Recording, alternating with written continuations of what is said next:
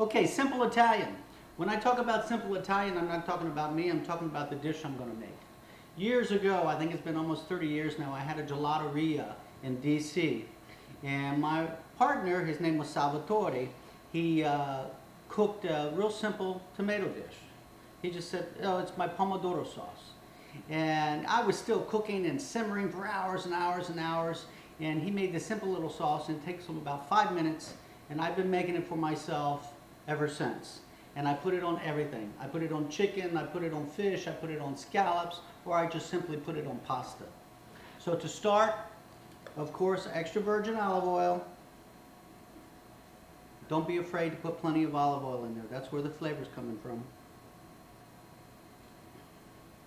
And there's nothing more, get our oil hot, nothing more than adding some onions, adding some garlic, fresh garlic of course, salt. Now when you're using salt, try to use a nice salt, use like sea salt or a nice kosher salt.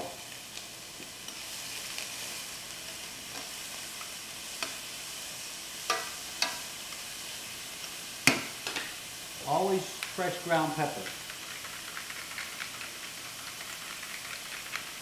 A little more oil.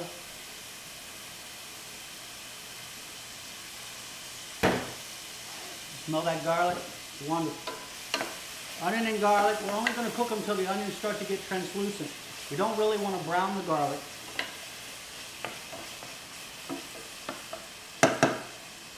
Now, some people like spicy like I, so I add a little bit of crushed red chili. And then the key to this is you got to have fresh vine-ripe tomatoes. We put our vine-ripe tomatoes in there.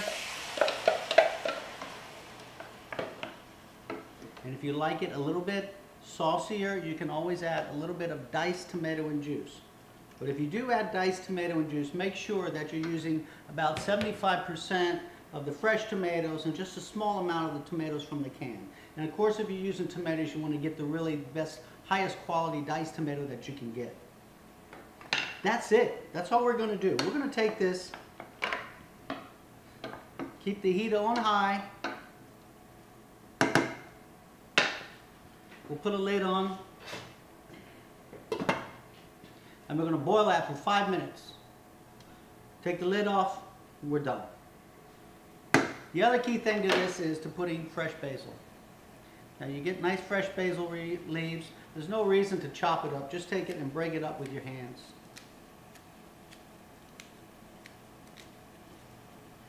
And if you're like me, the more basil, the better.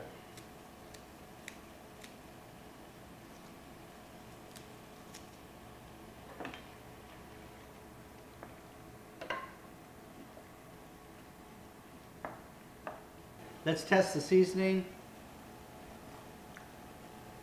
Perfect. That's it. The sauce is done. Now we're going to put it on our pasta.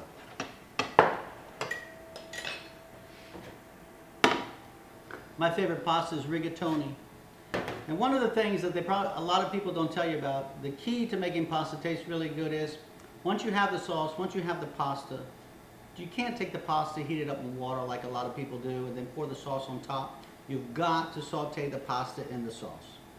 So we can even add a little olive oil so our pasta doesn't stick. We put some rigatoni in here. And all we're going to do is add some of our sauce, our pomodoro.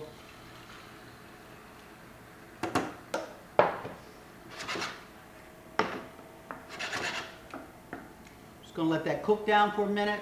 A little fresh cracked pepper again.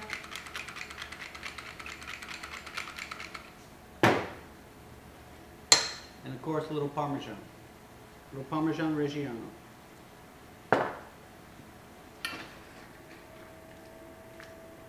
That's it.